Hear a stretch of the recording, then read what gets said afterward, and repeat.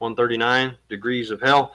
This is our fifth session on letter H. We went through our introduction, talked about the divisions of hell, talked about the description of hell, the duration of hell, the design of hell, and the damnation of hell, and now we're dealing with the degrees of hell. So he begins here by saying, all sin must and will be punished by a thrice holy God, but just as there are degrees of sin, and he gives us,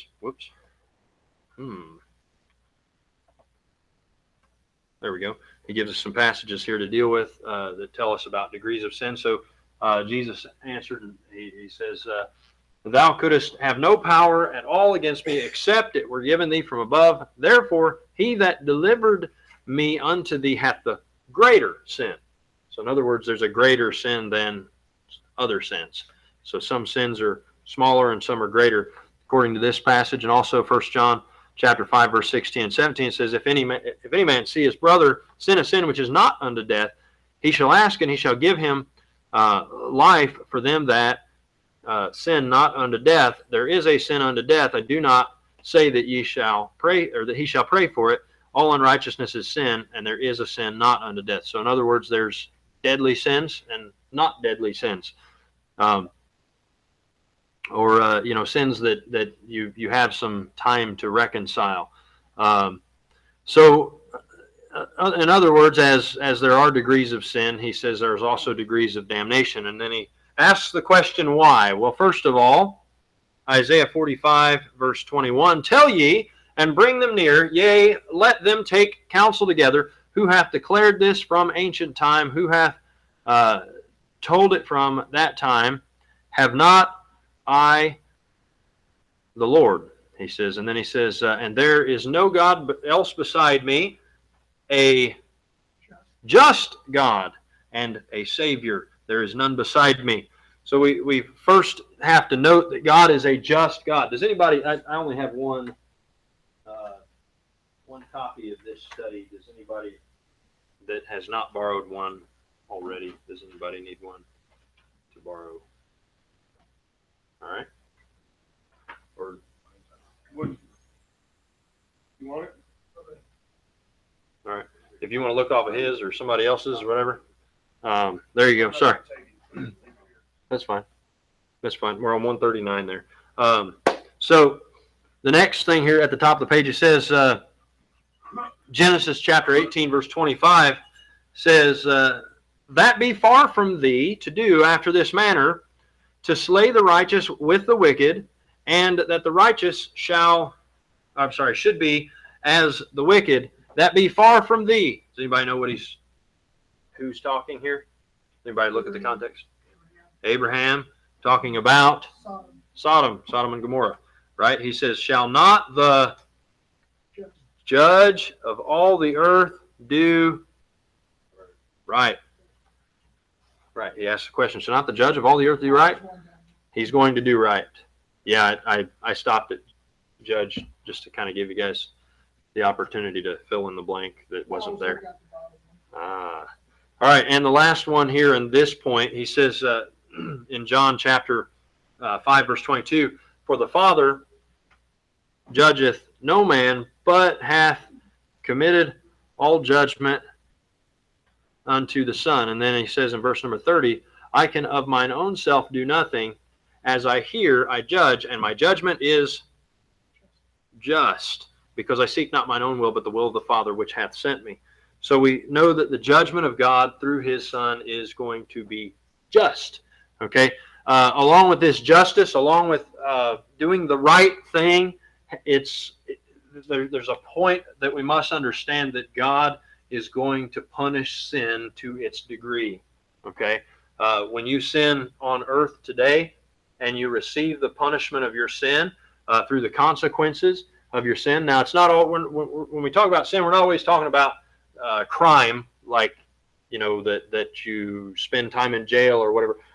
It may be sin that's not necessarily a crime in the civil sense, but it's a crime against another person in another sense. Maybe you gossiped about someone, or maybe you lied about someone, or now those things could become crimes. You know, it could be a tort where you could be sued for it or whatever. But there's different levels of crimes. You know, and say you said something about someone that was unkind, but it wasn't necessarily severely unkind.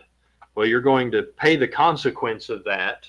Even though it was not severely unkind, you're still going to have a consequence for it, but it may not be as bad as if you said something to someone that was severely unkind. Then it's now worse. But God has set up our whole creation on a cause and effect matter. You do this and this happens. You do that and that happens. So there's a cause and effect. And in fact, even nature itself is set up that way. What is it that Newton said? That every action has an equal or opposite reaction, equal and opposite reaction. So it's not just in consequence for sin, but also in everything. You know, when you put force on something, it is either responding in kind or it is moving, right?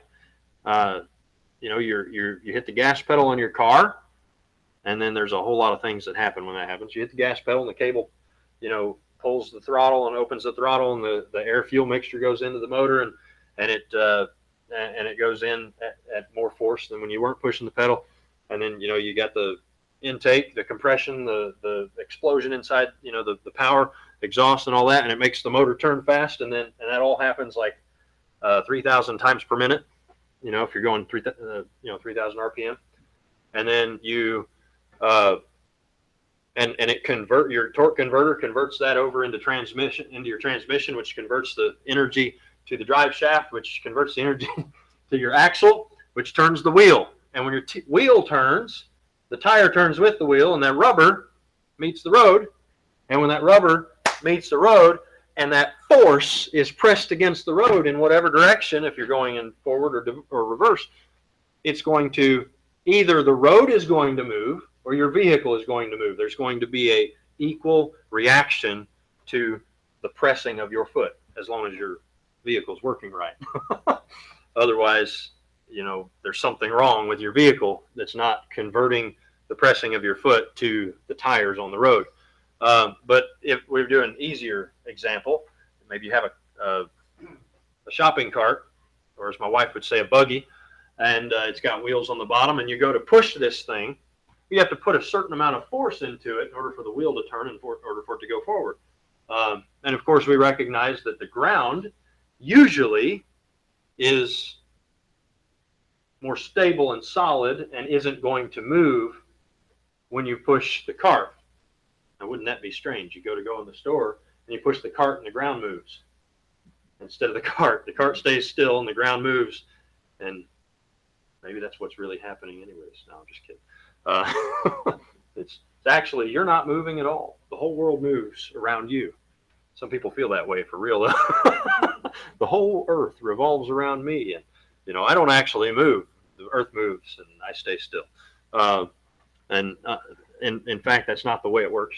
But we do have those things that, you know, in nature, that we have a equal reaction that takes place. And so you know, you put force on something, and it doesn't just never are you putting force on something and nothing is happening. Now, sometimes it feels that way. You might have something big you're trying to move, and you put a lot of force on it and nothing happened. Well, something happened. You expended energy, but you didn't expend enough energy to move that object. You just expended enough energy to wear yourself out. So sometimes you have to put enough force on it. So, but that's, again, a balance of force. You go to expend energy on something and you want to accomplish a task, you have to put enough energy into it to accomplish it. Otherwise, it doesn't happen, right? Or if you put too much energy into it, Emmeline, you put too much energy into it, and then you take and you overdo something. We say we've been nailing nails and screwing screws into boards and stuff. If you take that hammer and you clobber that nail hard enough that the nail goes into the wood, and say, for example, like our little doorstop we made for the thing, if you hit that, what's that? There's a nail bends out there. Or the nail might bend because it's not designed to withstand the force that you're about to put on the thing, or you put the right measure. Remember in Sunday school we talked about the measure, right? Talked about a measure. That was a couple of weeks ago, but we find that, or maybe that was this last week. It just feels like it's been a couple of weeks. So we find though that there is a certain measure here, and as you study through the Bible, you're going to find that all through the Bible there are measures and weights and balances and things like that, and that also applies to sin. So I'm just trying to give you some examples. Now, if you hit that nail hard and you hit it square and it goes in, it doesn't hit a knot or anything. If you hit it too hard and it's going in, sometimes it'll go past the point of what you're actually trying to hold. Or if you take a screw and you screw it in all the way, say for drywall, you screw the screw all the way in through the drywall. Now it's not holding the drywall to the stud, but rather it's just now in the way because it's gone through the drywall, and now it's pushing the drywall out instead of holding it in. So we're going to find that there's a similar concept when it comes to sin. I know I probably oversimplified that and overexplained it, but I want to make sure that we understand this. It says a sinner will be turned into hell for not believing on the Son of God. John 3:18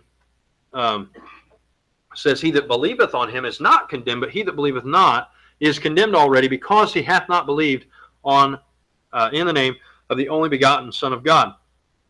John 3:36 excuse me, says, "He that believeth on the Son hath everlasting life, and he that believeth not the Son shall not see life, but the wrath of God abideth on him." So we recognize that, you know, we go to hell because we've not trusted Christ, because our sins have not been atoned for.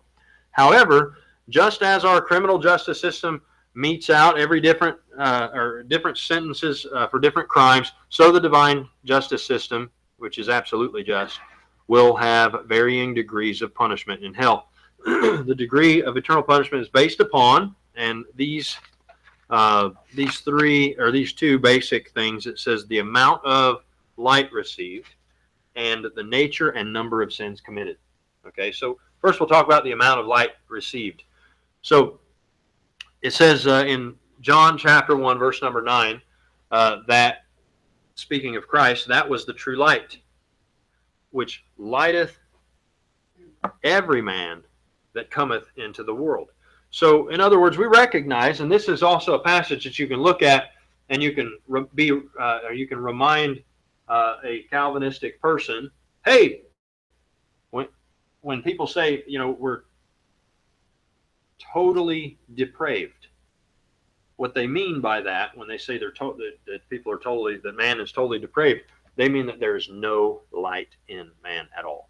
Completely, totally dark, wicked, destitute, incapable of salvation, dead, totally depraved. We disagree, because it says here that the light of God lighteth every man. So every man has received light. There's at least a little bit of light in every man. And it is that little bit of light that gives us hope of the possibility of salvation. Because without that, we would be just, without that, wouldn't that be horrible? That God would say, you know what? I think I'll save that one. Forget the rest of them. No, he gives us that little bit of light, and then he begins to, it's kind of like a little flame, you know, like you're starting a fire and you got your kindling there, and you just got it smoking, you got a little bitty ember going. And it's like the Spirit of God comes in and goes, just enough wind. Just enough wind, just enough breath. It's interesting we use that word, wind, breath, air. That's all where the Greek word for spirit comes from. It's the spirit is the pneuma, the wind, the breath, the air. And so, and that's where, of course, the Spirit of God is a person. He is the third person of the Trinity. So, but he just blows on that ember and it begins to glow. It begins to spread and it begins to burn, and then it bursts into a new life. in Christ. And so that little light everyone has. And in fact, not only that, but in Romans chapter 1, verses 19 and 20, it says, because that which may be known of God is manifest in them, for God hath showed it to them. He says, for the invisible things of him from the creation of the world are clearly seen, being understood by the things that are made, even his eternal power and Godhead, so that they are without excuse. That's exactly right. We're without excuse. Why? Because when we look around, we can see all the creation around us. And as we look around at the creation around us, it testifies to the fact that there is a creator. The things that we see make it possible to clearly see the things that we cannot see. As it says, that the invisible things of him from the creation of the world are clearly seen. Isn't that interesting? The invisible things are clearly seen. How? Because of the things that are made. Because of what he has made, we can clearly see him. And so he goes on, but we, because of that, because we can clearly see him by the creation around us, we're without excuse. So we have, not only do we have that light that God lighteth every man that cometh into the world, we have that little bit of light, but we also have the light of creation. This is what we call in theology, we call that general revelation. General revelation is the revealing of God in the general sense by the creation, by the things that he's made. Without special revelation. The Bible is special revelation. Prophecy is special revelation. All that's contained in the Word of God. That was special revelation that God gave us in addition to the world we see around us. But it says, so we're given that. And then Jesus gave us an example of this measure or weight when he spoke of the cities here, a couple of different cities, actually Tyre and Sidon. He says, I say unto you that it shall be more tolerable for Tyre and Sidon at the day of judgment than for you. Actually, he was talking of, trying to remember, I think he was talking about Jerusalem, I think. Yeah. If I remember correctly, he's talking about Jerusalem here. He says, it shall be more tolerable for Tyre and Sidon. Does anybody remember what happened to Tyre and Sidon? They went down. They were overthrown. And if you study through, in fact, the king of Tyre was likened to Lucifer in the Old Testament. So we find that was bad. But then he says to the people that see him face to face, he says to them, it's going to be more tolerable for Tyre and Sidon than it is for you. And he says, I say unto you that it shall be more tolerable for the land of Sodom in the day of judgment than for thee. Why? Because they saw him. Because they saw him with their eyes. Because he came and shed more light upon them than Tyre and Sidon had. He came and shed more light upon them than Sodom and Gomorrah had. In fact, he goes on in the next chapter and he says, the men of Nineveh shall rise up in judgment with this generation and shall condemn it. The men of Nineveh. Remember Nineveh? Jonah went to Nineveh and in fact he says, because they repented at the preaching of Jonas, and behold, a greater than Jonas is here. Jonah didn't even want to preach in Nineveh. He just went in and said, 40 days and Nineveh shall be destroyed. And he went on about his business. And he just thought, well, I'm going to go out here and sit under this tree and watch Nineveh get destroyed.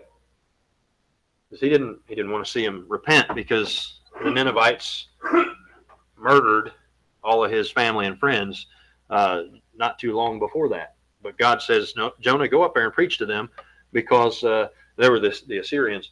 He says, go up there and preach to them so that they can hear. Yep, Jonah on the well. Yeah. But he says, hey, Nineveh, they repented when they heard Jonah. It says, and here I am, the God of all creation, the God of the universe, the Son of God, the one who made you, And I'm standing here among you, preaching to you. Nineveh repented at Jonah's preaching, but you won't repent at the preaching of the very Son of God. He says, Nineveh is going to stand up in judgment against you and condemn you. Talking there, I believe it was about Jerusalem. But it was because there was more light. That's why they had more responsibility. Remember, I don't think he's going to bring it up, but unto, trying to remember how it goes. To whom much is given, much is required. Right? But he goes on there in chapter 23, verse 14 of Matthew. He says, Woe unto you, scribes and Pharisees, hypocrites, for you devour widows' houses, and for a pretense make long prayer. Therefore ye shall receive greater damnation. The greater damnation. Greater than others. Why? Because they had more light. And with that more light, they had more responsibility.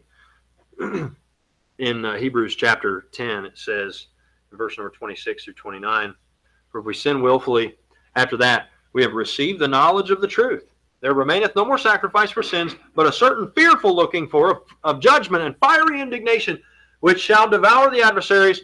And then he says, He that despised Moses' law died without mercy under 2 or 3 witnesses. Of how much sorer punishment, suppose ye, shall he be thought worthy, who hath trodden under foot the Son of God, and hath counted the blood of the covenant wherewith he was sanctified an unholy thing, and hath done despite to the Spirit of grace. We're not going to be any more worthy. Those that have heard the gospel and rejected are going to be held more accountable than those that never heard. Now, they'll still suffer the same consequence in hell, but the degree of their punishment will be equivalent to the degree of light that they received and the degree of sin that they sinned. So it says, of how much, or there is a much sorer punishment to those who willfully reject the light of the gospel. And it says to see also Luke, I skipped this other passage here, verses 38 and 39. It says, Now the just shall live by faith, but if any man draw back, my soul shall have no pleasure in him. We are not of them that draw back unto perdition, but to them that believe to the saving of the soul. Luke chapter 12, verses 47 and 48 says, And that servant which knew his Lord's will, and prepared not himself, neither did according to his will, shall be beaten with many stripes. But he that knew not, and did commit things worthy of stripes, shall be beaten with few stripes. Now he's still beaten, but he gets less stripes because he didn't know. Still punished. Just because you don't know doesn't mean that you're not punished. But if you knew and did it anyways, you're punished more severely. It says, For unto whomsoever much is given, here we go, that's the verse. Unto whomsoever much is given, of him shall be much required. And to whom men have committed much, of him they will ask the more. So, our first thing, the amount of light received. And secondly, the nature and number of sins committed. First of all, God hates some sins more than others. In Proverbs chapter 6, verses, and I think I, for some reason, skipped that verse. Yep. Proverbs chapter 6, verses 16 through 19, he speaks of 7 sins that the Lord hates. Yeah, some people call them the 7 deadly sins, but it says, these 6 doth the Lord hate, yea, 7 are an abomination unto him. And then he goes on naming those. Some sins are an abomination to the Lord. They are particularly damnable in God's sight. Deuteronomy, and then here's some lists. Deuteronomy 25 and 26. Graven images of their gods shall you burn with fire. Why? Because they are, and it is an abomination unto the Lord thy God. Verse 26. Neither shalt thou bring an abomination into thine house, lest thou be a cursed thing like unto it. So you don't bring that idol into your house. That's another thing. You must be very, very careful, because sometimes we bring things into our house through the television. We've got to be careful that we don't bring idols, witchcraft, and all the abominations of the pagans into our world, into our home. It says, "But thou shalt utterly detest it, and thou shalt utterly abhor it, for it is a cursed thing." Deuteronomy 17:1. "Thou shalt not sacrifice unto the Lord thy God any bullock or sheep wherein is blemish, or any evil favoredness, for that is an abomination unto the Lord thy God." And I would say that this applies. You don't give your worst to God. You don't give God your leftovers. All too often, and this is in the church realm. We see people sometimes will buy a new vacuum for themselves and then donate their old vacuum to the church. It's good to have a vacuum, and I don't oppose that. I don't what do you call it? I don't discourage donating and so forth. But when you donate to the Lord, the Old Testament, over and over and over again, He always says, "I want the best. I don't want the second best. I don't want what's blemished. I don't want what's broken. I don't want what doesn't work for you anymore. I want the best." And so, in fact, I remember a preacher once telling an illustration of how a guy went out and bought a new van and wanted to donate his old van to the church, and God convicted him over it. And he said, "You know what? I'm going to give the new van to the church. I'm going to keep driving the old one." Man, I needed a new car. Yeah. And I'm, not to say that, that I would condemn someone for giving something like that. But do think about it. If you're going to give something to the Lord that is going to be a liability to the Lord's work instead of an asset to the Lord's work, consider what you're giving. He says that the bullock, which is like a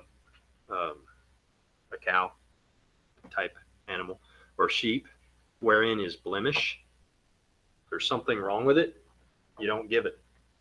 He says, "You shall not sacrifice that." And what's interesting is, we're talking about you bring a cow or a lamb or sheep, you bring it to sacrifice.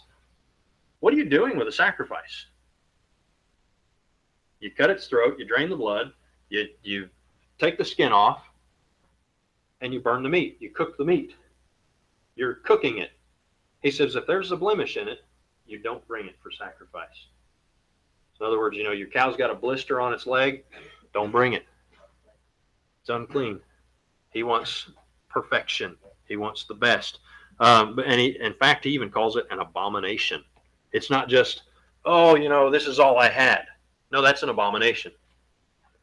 If it's all you had, don't bring it. But he goes on, "There shall not be found among you any that maketh his son or his daughter to pass through the fire."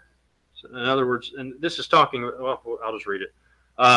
"Or that useth divination, or an observer of times," those are those astrologer guys, "or an enchanter, or a witch, or a charmer, or a consulter with familiar spirits, or a wizard, or a necromancer." He says to not allow any of these to be found, or it says, "shall not be found among any one that maketh his son or child or daughter pass through the fire." So it says none of these kind of people need to be in the congregation. When he's speaking of congregation here, he's talking about Israel, the congregation of the Lord. But he says none of these can be found there. It says, "For all that do these things are an abomination to the Lord thy God." And he says, "And because of these abominations, the Lord thy God doth drive them out from before thee." So all those that were there in the land before Israel, they were driven out because of those abominations. And again, this isn't the message tonight, but I warn you, don't bring witchcraft and those things. Again, witchcraft, divination, enchanter, wizardry, all of that kind of stuff. Don't bring that stuff into your house. Don't put that stuff into your head. Don't try to absorb all of this. And I want to also mention to be careful about the quote unquote superpowers shows and stuff. And I know my son talks about some of that stuff, sometimes. And I enjoy a good movie if it's filtered properly. But you've got to be careful, because some of that will lead you into the realm of witchcraft, because some of that's what that is in some cases. So you must be careful about those things. But he calls that an abomination before the Lord. He's got a whole bunch of other things here that he mentions as abomination. A woman putting on that which pertaineth unto a man. Neither shall a man put on a woman's garment, for all that do so are abomination unto the Lord thy God. Guys, don't wear women's clothes. Ladies, don't wear men's clothes. It's an abomination unto the Lord. Deuteronomy 23 verses 17 and 18 says, don't allow any whores or sodomites as your children. Don't allow your children to become whores or sodomites. It says, there shall be no whore of the daughters of Israel, nor a sodomite of the sons of Israel. Thou shalt not bring the hire of an whore or the price of a dog into the house of the Lord thy God for any vow, or for even both of these are abomination unto the Lord thy God. So whatever the price of that is, or whatever, he doesn't even want to be close to that. Add a penny or take a penny away. So if that's the number. It says another abomination is says her former husband which sent her away may not. This is if a husband puts away his wife and he gets remarried, or she gets remarried, and then she's going to come back. It says that it says he cannot take her back again to be his wife. After that she is defiled, for that is abomination before the Lord. And thou shalt not cause the land to sin, which the Lord thy God giveth thee for an inheritance. So we're going to try to quickly get through this. We got 4 more points. Another thing, he's got a perfect and a just weight. What does he say? Perfect and a just weight, right? You guys remember what I talked about Sunday morning in Sunday school, the balance, right? The next verse in Proverbs 11 verse 1, it says a false balance is abomination to the Lord, but a just weight is his delight. If you're going to balance something out, if you're going to measure something, if you're buying and selling, you need to make sure that the value that you're providing for the other person is equal to the value that they're providing for you. That goes the same. Remember, Sunday morning we talked about masters providing that which is just and equal to your servants. If you're an employer, if you hire somebody for a job, you need to make sure that whatever the value that they're producing for you, you make sure that you pay them equal to that value. Now, I understand sometimes we volunteer and we give, we do things for free. That's a different story. But if you hire someone for something, make sure that you hire them at a good value, at whatever the value is that they're providing for you, producing for you. Proverbs chapter 12, verse 22, lying lips are an abomination to the Lord. Don't lie. They that deal truly are his delight. 16, verse 5 of Proverbs says, everyone that is proud in heart is an abomination to the Lord. Though hand join in hand, he shall not be unpunished. Even though if the whole world came around you and joined hands to protect you, you're not going to be unpunished if you have a proud heart. God punishes the proud. He knows how to humble. What did he do to Nebuchadnezzar? Made him like an ox eating grass and scratching with his long fingernails and everything for 7 years, running around like a beast of the field. He knows how to humble. He that justifieth the wicked, and he that condemneth the just, even they both are abomination to the Lord. Proverbs 17:15. Divers weights, divers measures, we already talked about. Again, it's there again, and it says, word spoken by angels is steadfast, and every transgression and disobedience receive a just recompense of reward. And I'm reading the next passage there, sorry. So with God, every transgression and disobedience will receive a just recompense of reward. So back on that point 2 or point 1, letter B, we recognize that there are some sins in God's eyes that he hates and that he considers an abomination. And number 2, every sin, every transgression, every disobedience is going to have a just recompense of reward. It's going to be equal in value of the transgression will be the punishment. Number 3 here, at the great white throne judgment, condemned sinners will be judged according to their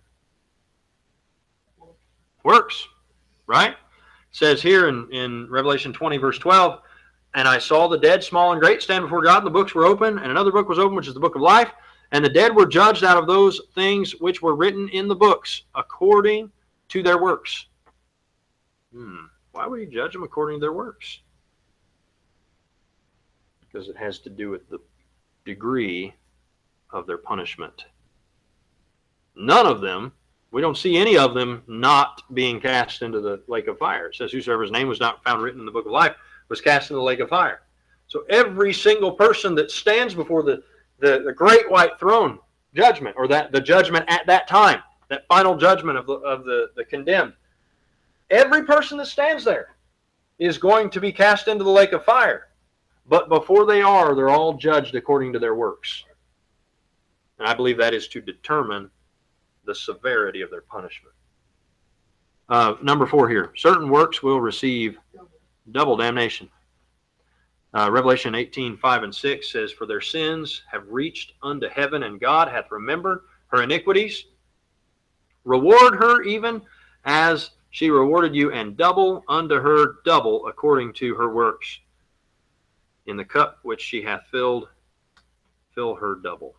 This is speaking of Babylon, Mystery Babylon, the whore of Revelation. Isaiah 40, verse 2 says, speak ye comfortably to Jerusalem, and cry unto her that her warfare is accomplished, and that her iniquity is pardoned, for she hath received of the Lord's hand double for all her sins. Jeremiah 16, 18 says, and first I will recompense her iniquity and their sin double, because they have defiled my land. They have filled mine inheritance with the carcasses of their detestable and abominable things. And then I have Jeremiah 17, 18 says, let them be confounded that persecute me. But let not me be confounded. Let them be dismayed, but let not me be dismayed. Bring upon them the day of evil, and destroy them with double destruction. So according to Isaiah 30, verse 1, we also see that there is a possibility for compounded sin. Woe to the rebellious children, saith the Lord, that take counsel, but not of me, and that cover with a covering, but not of my spirit, that they may add sin to sin. That is a compounding of sin. So what we find here concerning this concept of degrees of hell, we see that God judges and puts out punishment according to the weight of the sin and according to the amount of light received. When we've heard that's wrong. See, by the way, that's another reason that God has put church discipline as a plan within the church, and that is to give warning. In fact, he said to Ezekiel, that I make you as a watchman at the wall. He says, if the sinner goes on and sins and dies and is not warned, then not only am I going to punish him, but I'm going to hold you accountable for it. He says, his blood will I require at thine hand. He says, but if you warn the wicked against his wicked ways, and then he dies in his sin, you're free and clear because you've given him warning. But I would say that based on the rest of what we've seen here, he's double accountable. The wicked one who did not heed the warning is now double accountable. He holds the accountability that you held for warning him. Now that he's been warned, he's been given more light. And as he's been given more light, he's now more responsible for what he's been given. And by the way, you can't get out of punishment by trying to ignore the light. Some people say, I don't want to know because if I know, then I'll be accountable. Well, yeah, it's true. If you know, you'll be accountable. But if you avoid knowing, you're going to be accountable for avoiding knowing as well. You compound sin with sin by trying to avoid the light. Not a good thing. Any questions or comments on this?